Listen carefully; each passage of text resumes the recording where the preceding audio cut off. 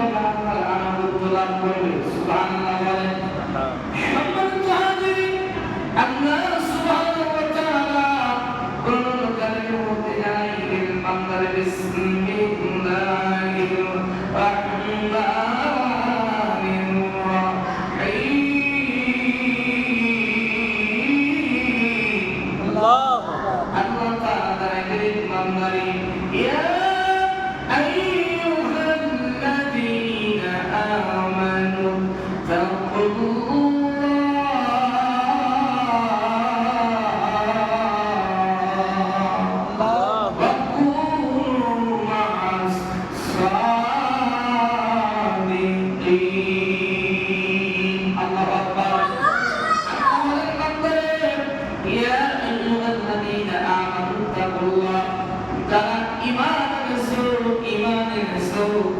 আল্লাহ বলেন যারা ঈমান এনেছো ইয়া আইয়ুহাল্লাযীনা আমানু তাকুল্লাহ, ঈমান এনেই তো ক্ষান্ত হয় না, আমানু তাকুল্লাহ, আল্লাহকে ভয় করো, ইত্তাকিল্লাহ। সুবহানাল্লাহ বলেন।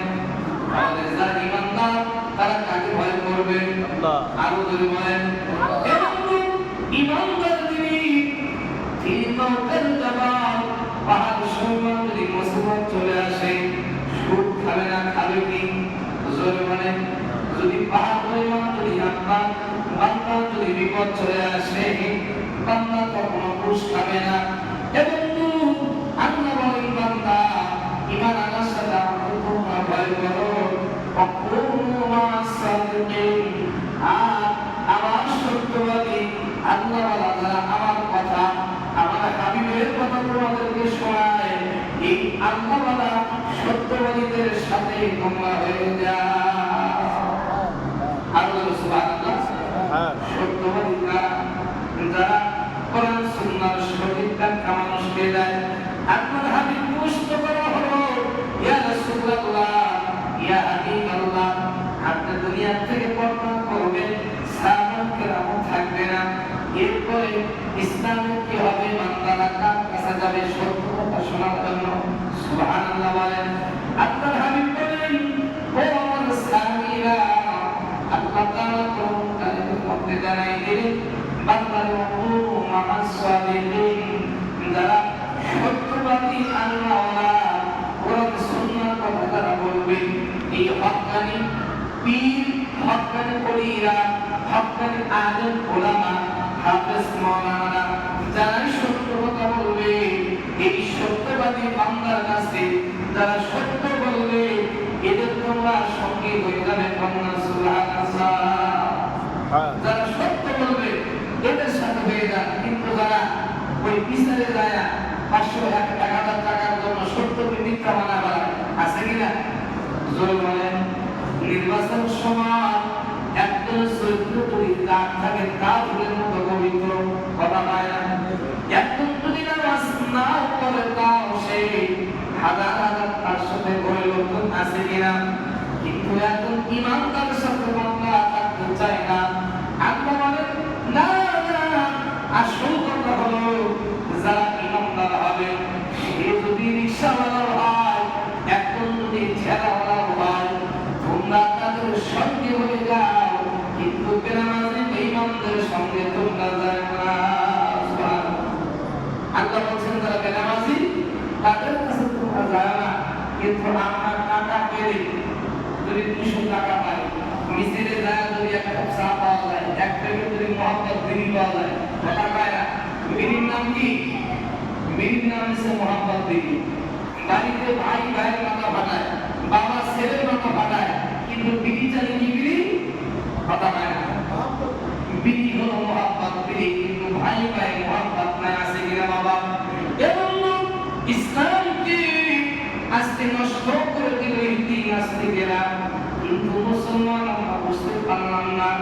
তদন্তকালে হযরতে ওমর রাদিয়াল্লাহু তাআলা আনহু সময় মিশর যুদ্ধ হলো।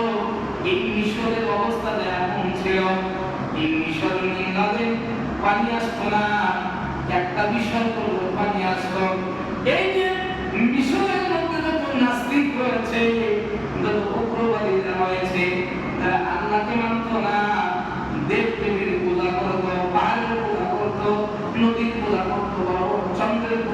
গাছের পূজা করতো ছিল কিনা জোরে বলেন হযরতে ওমর ফারুক রাদিয়াল্লাহু তাআলা আনহুর সময় এই মিশরটা বিদায় হয়ে গেল হযরতে আমর ইবনে আস রাদিয়াল্লাহু তাআলা আনহু হযরত ওমর পাঠায় দিলেন তুমি মিশর চলে যাও ও আমর ইবনে আস এই মিশর করে তুমি ইসলাম প্রচার করো সুবহানাল্লাহ বলেন হযরত আমর ইবনে আস মিশরের কোরআন সুন্নাহ দাওয়াত দিতে লাগলেন কিন্তু হঠাৎ করে মাঝখানে খবর আসলো এই মিশরের যত লোক আছে এক নয় দুই নয় লক্ষ লক্ষ লোকের আকীদা বিশ্বাস হলো এই তিন দিনের মধ্যে বছর 1 লাখ সুন্দরী যুবতী একটা মেয়েকে উলঙ্গ করে জবাই করে দিত আর এর রক্তটা যখন নদীর মধ্যে প্রবাহিত হতো সাথে সাথে 1 বছর পরে রাষ্ট্রবর্ণনা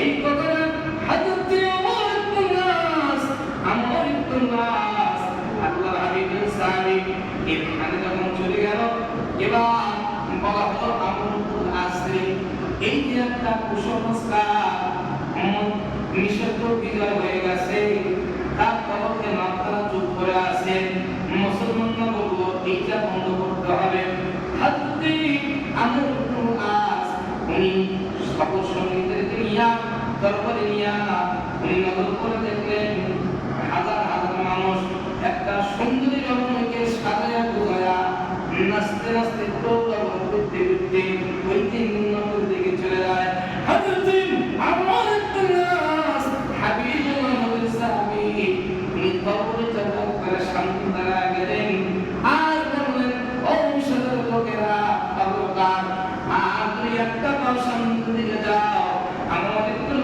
আস দরবারে থেকে কেউ রেহাই পাবে না সুবহানাল্লাহ আর সুবহানাল্লাহ হক প্রতিষ্ঠিত করার জন্য সাহাবায়ে কেরাম ওনারা নিজের জীবন পরোয়া করে নাই হাজার লক্ষ লক্ষ মানুষের সামনে মাত্র কয়েকজন মুসলমান দরবারে গিয়ে দাঁড়ায় গেছে এটা কি শক্তির পরীক্ষা নাকি ঈমানের পরীক্ষা জোরে বলেন আর বাংলাদেশে আজকে আমার হিন্দু ভাইরা গোলামন্দ সাজায় তাদের ব্যাপার যে রাসূল বলেছেন লাকুম দিনুকুম ওয়ালিয়া দিন যার ধর্ম তাদের কিন্তু হিন্দু ভাইরা আমন্দ সাজায় কিন্তু তাদেরকে বেশি পাওয়া যায় না মুসলমানদের ছেলেরা মদ খেয়ে নাচানাচি করে কথা বলে ঠিক কিনা ঠিক সত্য না মিথ্যা হিন্দুরা কি দাওয়াত দিছে তোমাকে আমার হিন্দু ভাইরা কি বলে 7 দিন আগে দাওয়াত দিলাম বাড়ি ঘরটা পায়ে করে ভাই তোমার আশায় লাগবে তুমি না আসলে আমাদের পূজা উঠবে না পায়ে ধরকে ধরে বলেন হিন্দুরা কিন্তু আমাদের তাদের দরকার নাই তাদের ধর্ম তাদের আমি তাদের জন্য দুর্নাম করতেছি না তাদেরকে সম্মান জানাই কিন্তু তাদের ব্যাপারটা আলাদা ঠিক কিনা বলেন এবং হযরত আমর ইবনে আস ওই তরবারি চাদর করে দাঁড়ায় গেছে খবরদার আজ থেকে আর কোনো মানুষকে হত্যা করা হবে না আর কাউকে নির্লজ্জের মধ্যে জবাই করা হবে না এটা মুসলমানের দেশ এই কুসংস্কার আজ করবে না তবে কিন্তু কানে বাবা যদি সনাতন ধর্মের কোনো পুরুষ মানুষ যদি মারা যাইত ওই লোকের যদি স্ত্রী থাকতো ওই হিন্দুরা চিন্তা করতো যে একাই যেন স্বর্গে যাবে ওই জীবিত তার স্ত্রীকে পোড়াই দিত কথা বলে ঠিক কিনা হযরত শাহজালাল ইয়ামানি ওই যে সিলেটের জমিনে বাবাজি হযরত শাহজালাল রহমাতুল্লাহ আলাইহি উনি ওনার সঙ্গীদেরকে ইসলামের দাওয়াত দিচ্ছেন ওই যে নদীর পাড় দিয়ে বাবা সুরমা নদীর পাড় দিয়ে যাচ্ছেন এমন সময় হুজুর নজর করে দেখলেন একটা মহিলাকে জোরপূর্বক আগুনের মধ্যে দেওয়া হচ্ছে আল্লাহর শাহজালাল রহমাতুল্লাহ আলাইহি বলে এখানে কি হচ্ছে বলে হুজুর ও ফকির আমাদের ধর্ম অনুযায়ী এই যে তার স্বামী মারা গেছে স্ত্রীকে এখন আগুনে পুড়িয়ে দেওয়া হবে কিন্তু স্ত্রী করতে চায় না জোরজবরদস্ত ভাবে আল্লাহ নবী শাহজালাল রহমাতুল্লাহ আলাইহি বলেন থামো জোর করে তো কাউকে তোমরা পুরাই মারতে পারো না আল্লাহ বান্দিকে বলা হলো আল্লাহ বান্দি তুমি কি ঈমান আনবা না এখানে থাকবা উনি আল্লাহর নবীর সাক্ষী রেখে বললেন লা ইলাহা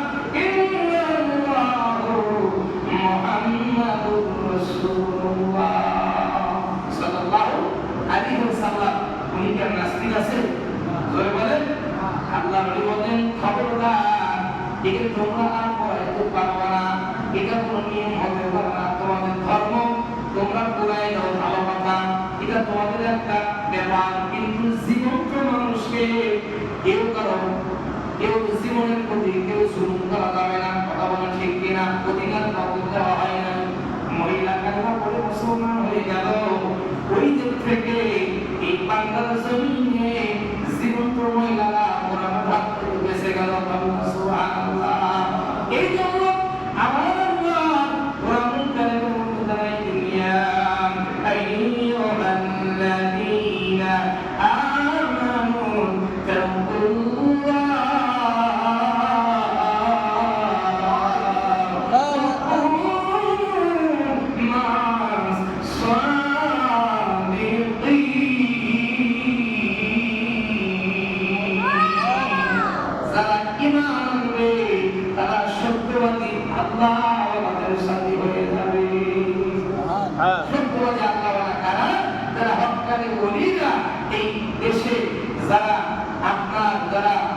ইসলাম চিন্তনা, ইসলাম বুঝতরা, আপনার কাছে হাজার হাজার ভগবান ছিল, তারা বুঝতে পেরেছে ভগবান হাজার হাজার নয়, ভগবান তো একজন।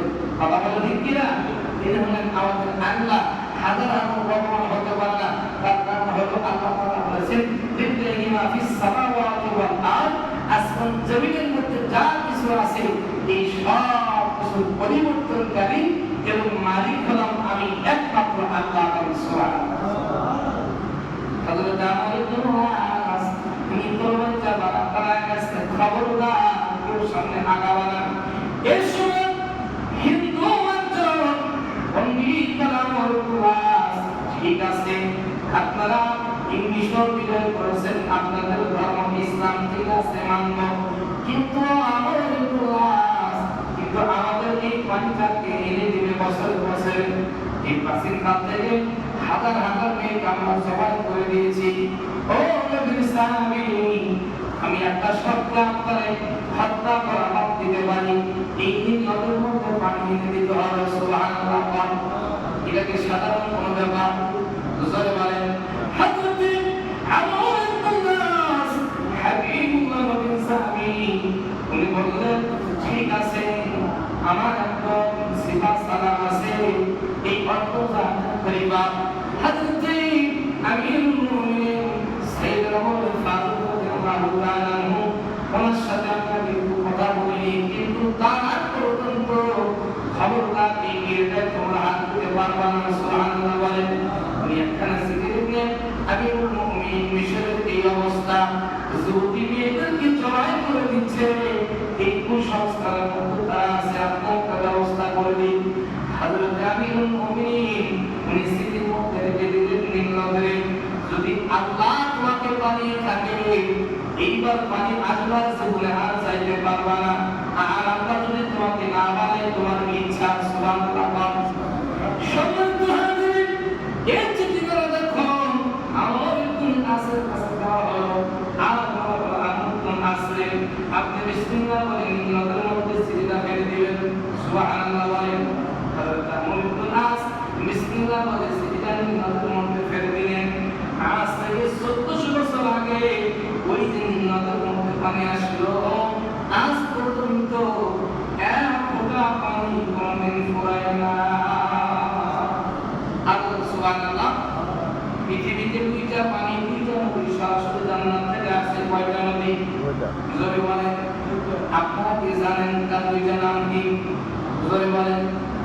এক নম্বর হলো ফোরাত নদী, যে ফোরাতকে নবীর তৌহিদ করে ইমাম হোসেন রাদিয়াল্লাহু তাআলা আনহুকে বাবা শহীদ করা হয়েছিল। বাবারা হযরত আব্বাস জান্নাত খানা রয়েছে ওই যে ফোরাত নদীর তীরে। বাবা আজ পর্যন্ত হুসাইনের মহব্বতে, আহলে বাইতের মহব্বতে ওই মাজার শরীফ থেকে মাজার ঘেমে ঘেমে টপ করে পানিগুলো বের হয়।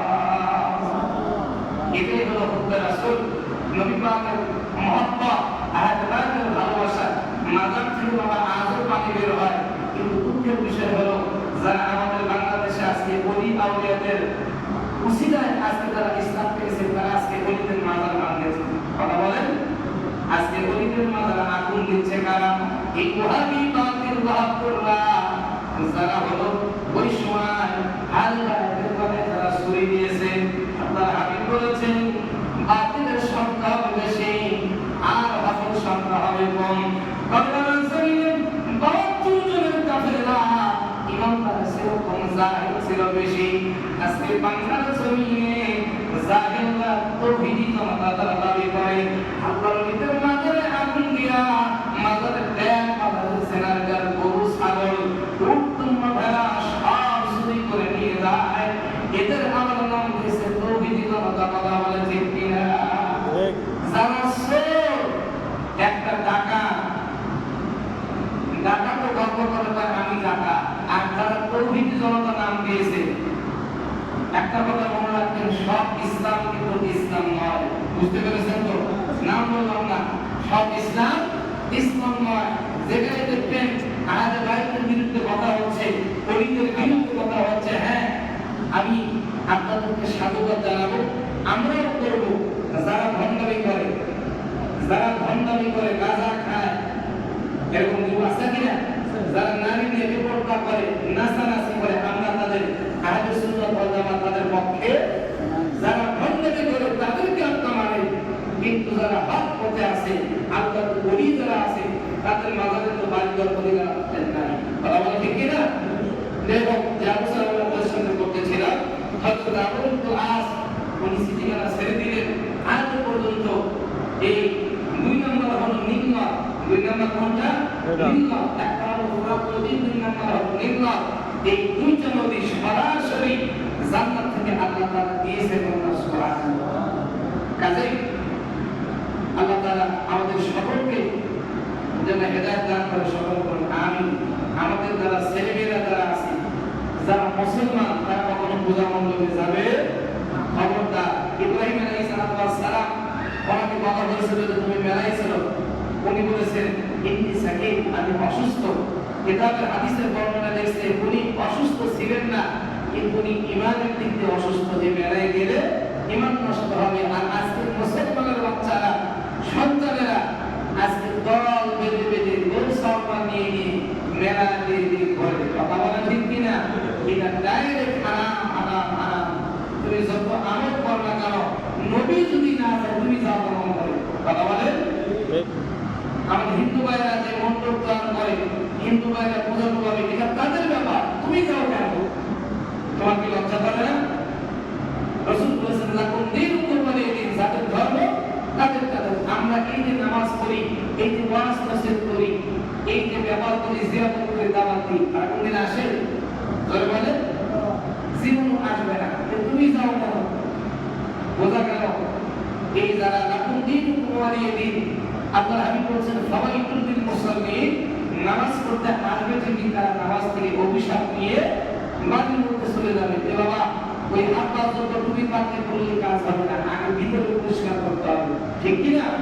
আর বলে আজকে যারা বলতেছে আমরা সকলের পাশে আছি, আমরা নিজেদেরকে ইসলামিক দল হিসেবে দাবি করতেছে, তারাই আজকে মাথাগুলো ভাঙতেছে। কথা বলে ঠিক কিনা? বলে ঠিক কিনা? পূজা মণ্ডপে আজকে যারা বলতেছে যে আমরা পাহারা দেব, তারাই একসময় পূজা মণ্ডপ ভাঙছে। এই বাংলাদেশের ইতিহাস। কথা বলে ঠিক কিনা? আজকে বাংলাদেশে লেবেল লাগায়া, টুপি লাগায়া পূজা মণ্ডপে যারা ইসলামী সঙ্গীত গায়, তারা কি মুসলমান? জোরে বলেন? লেবেল লাগানো মুসলমান। সাবধান এদের থেকে। আমার হিন্দু ভাইয়েরা যা কাজ করবে তাদের ব্যাপার, আমি কেন যাবো? জোরে বলেন? যে কোনো হিন্দুকে হজ করতে যাবে কোনোদিন? জোরে বলেন? আমি কেন পূজা মণ্ডপে যাবো? হারাম আমার জন্য যাওয়া না। খবরদার, একটা বাচ্চা ছেলেও যাবে না। ওরা তাদের সম্মানিত কাজ তারা করবে, তাদের যে আলাদা, আমাদের যে আলাদা। কথা কি ক্লিয়ার? আমি তাদেরকে ছোট করছি না। আমার ভাইরা, ওরা তাদের ধর্ম, ওনারা যত ভালো করে পারে করুক, সম্মানের সাথে করুক, তারা ভালো করবে, তাদের ব্যাপার। আমরা ঈদ করবো, আমরা নামাজ পড়বো, আমরা রোজা রাখবো, আমাদের আনন্দ, আমাদের ব্যাপার। ঠিক কিনা? আল্লাহর ওলিদের দরবারে অনেক হিন্দু ভাইরাও যায় মাজার জিয়ারত করার জন্য, মাজারে ভক্তি করে কিনা? আর এই বাহাদুর বাচ্চারা মাজারগুলো ভাঙে। শুধু চিন্তা করো কখন মাজার ভাঙলো, ওদের কাজ হয়েছে। আল্লাহ তাআলা আমাদেরকে এই ওহাবি, মওদুদি, বাহাই, খারিজি, এই যত সরের গোষ্ঠী আছে, এই সমস্ত সরের গোষ্ঠী থেকে আল্লাহ ইবাদত করুন। সকলে বলেন আমিন। আমিন বলেন আমিন। আখির দাওয়ানা আলহামদুলিল্লাহি রাব্বিল আলামিন। আসসালামু আলাইকুম ওয়া রাহমাতুল্লাহি ওয়া বারাকাতুহু।